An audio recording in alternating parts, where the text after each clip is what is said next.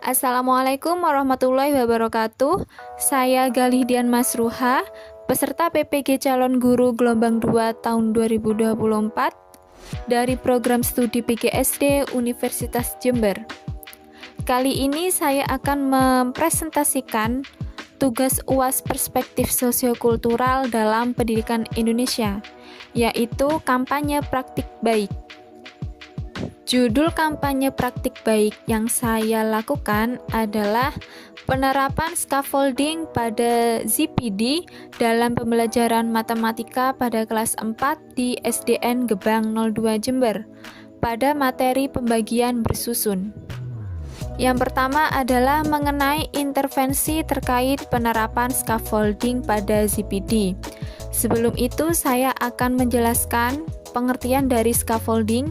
Jadi scaffolding adalah suatu teknik memberikan bantuan kepada peserta didik, kemudian secara perlahan-lahan mengurangi bantuan tersebut sehingga muncul kemandirian dalam peserta didik selama proses pembelajaran. Scaffolding adalah salah satu konsep dari Zone of Proximal Development yang digagas oleh Vygotsky, yang diartikan sebagai serangkaian tugas yang sulit dikuasai oleh anak secara mandiri, namun dapat dipelajari melalui bantuan orang lain yang lebih ahli. Orang lain tersebut misalnya adalah guru atau teman sejawat. Pada proyek tengah semester, kami melakukan observasi kepada peserta didik mengenai pengaruh status sosial ekonomi terhadap performa akademik peserta didik. Untuk hasilnya adalah status sosial ekonomi peserta didik tidak berpengaruh secara signifikan terhadap performa akademik peserta didik pada pembelajaran IPA dan matematika. Hal yang paling berpengaruh adalah kesadaran dan kepedulian orang tua terhadap performa akademik anaknya, karena banyak peserta didik yang berasal dari status sosial ekonomi rendah memiliki orang tua yang peduli terhadap performa akademik anaknya.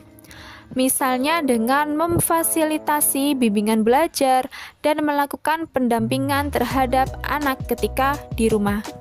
Oleh karena itu, dibutuhkan strategi pembelajaran yang dapat meningkatkan performa akademik peserta didik tanpa memandang status sosial ekonomi mereka. Selanjutnya, saya akan membahas mengenai alternatif strategi, teknik, dan metode pembelajaran yang sesuai dengan perspektif sosiokultural. Saya mengajar pada mata pelajaran matematika, yaitu materi pembagian bersusun di kelas 4. Untuk model pembelajaran yang saya gunakan adalah PBL atau Problem Based Learning, dan metodenya adalah ceramah, tanya jawab, diskusi, dan presentasi.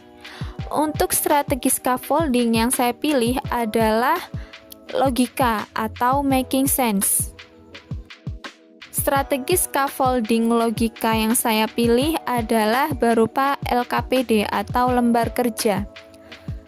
Saya membuat LKPD menjadi beberapa jenis.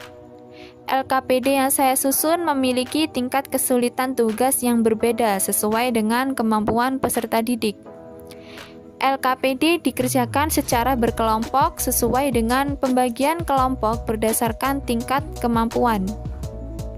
Ini adalah penampakan jenis LKPD yang saya buat. Jadi saya membuat LKPD menjadi 3 jenis, yaitu untuk peserta didik pada tingkat kemampuan perlu bimbingan, kemudian mahir, dan sangat mahir. Untuk soal pada LKPD untuk peserta didik yang memerlukan bimbingan, terdapat petunjuk cara penyelesaian setiap soal. Kemudian, untuk LKPD, untuk peserta didik yang mahir, terdapat soal dengan petunjuk cara penyelesaian, namun juga terdapat soal yang tidak terdapat petunjuk cara penyelesaian soal tersebut. Sedangkan untuk LKPD peserta didik yang dikategorikan sangat mahir, tidak terdapat petunjuk cara penyelesaian soal. Kegiatan scaffolding yang saya lakukan yang pertama adalah menyampaikan materi pembelajaran kepada peserta didik. Kemudian mengelompokkan peserta didik berdasarkan tingkat kemampuan mereka. Lalu pemberian tugas berupa LKPD, kemudian pemberian bimbingan saat peserta didik mengerjakan LKPD, lalu presentasi, dan yang terakhir adalah evaluasi pembelajaran. Ini adalah saat saya menyampaikan materi pembelajaran. Jadi, awalnya saya memberikan permasalahan kepada peserta didik, lalu saya meminta peserta didik untuk menjawab dan berdiskusi mengenai pertanyaan yang saya ajukan. Setelah itu, saya akan melakukan pembahasan terhadap pertanyaan tersebut dan kemudian menyampaikan materi pembelajaran mengenai pembagian bersusun. Sebelum memulai pembelajaran, saya telah membagi peserta didik menjadi beberapa kelompok sesuai dengan tingkat kemampuan mereka. Jadi, saat pembelajaran mereka telah duduk dengan kelompoknya masing-masing. Setelah saya memberikan materi, saya memberikan tugas berupa LKPD kepada peserta didik yang harus dikerjakan secara berkelompok dengan anggota kelompoknya masing-masing. Selama peserta didik mengerjakan LKPD, saya berkeliling kepada setiap kelompok untuk memberikan bimbingan, khususnya kepada kelompok kategori perlu bimbingan. Saya akan memberikan bimbingan yang lebih ekstra kepada mereka. Kegiatan selanjutnya yaitu peserta didik melakukan presentasi.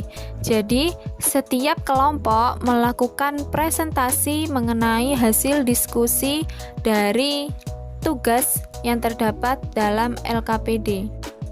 Kegiatan selanjutnya adalah evaluasi pembelajaran. Evaluasi ini bertujuan untuk mengetahui sampai mana pemahaman peserta didik pada materi pembagian bersusun setelah dilakukan pembelajaran dan pemberian scaffolding.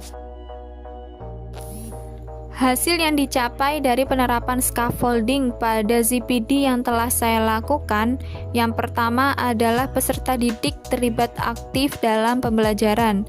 Seperti yang telah dilihat, peserta didik secara aktif berdiskusi dengan anggota kelompok mereka. Kemudian peserta didik juga aktif untuk bertanya, kemudian menjawab saat guru bertanya atau saat ada peserta didik lain yang bertanya. Selain itu, peserta didik juga aktif dalam presentasi hasil diskusi. Peserta didik memberikan tanggapan terhadap kelompok yang sedang berdiskusi.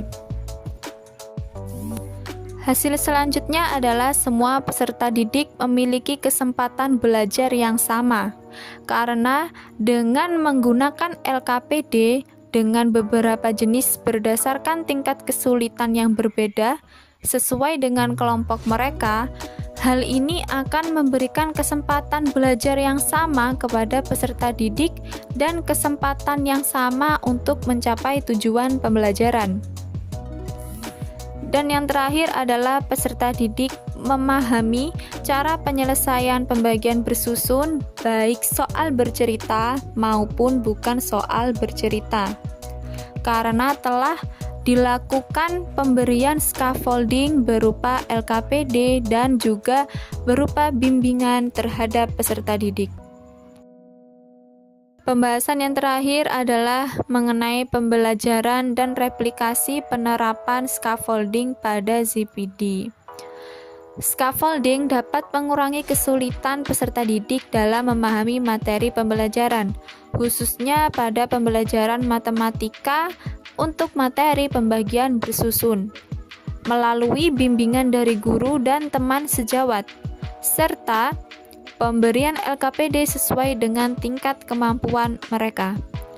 Melalui pemberian scaffolding ini, semua peserta didik dapat mengembangkan kemampuannya dan mencapai tujuan pembelajaran karena mereka memiliki kesempatan belajar yang sama, sehingga mengurangi kesenjangan akademik di antara peserta didik.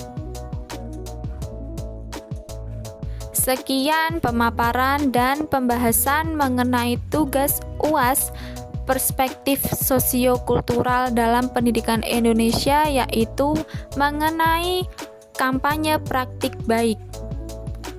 Semoga apa yang telah saya sampaikan dapat bermanfaat untuk semua orang. Assalamualaikum warahmatullahi wabarakatuh.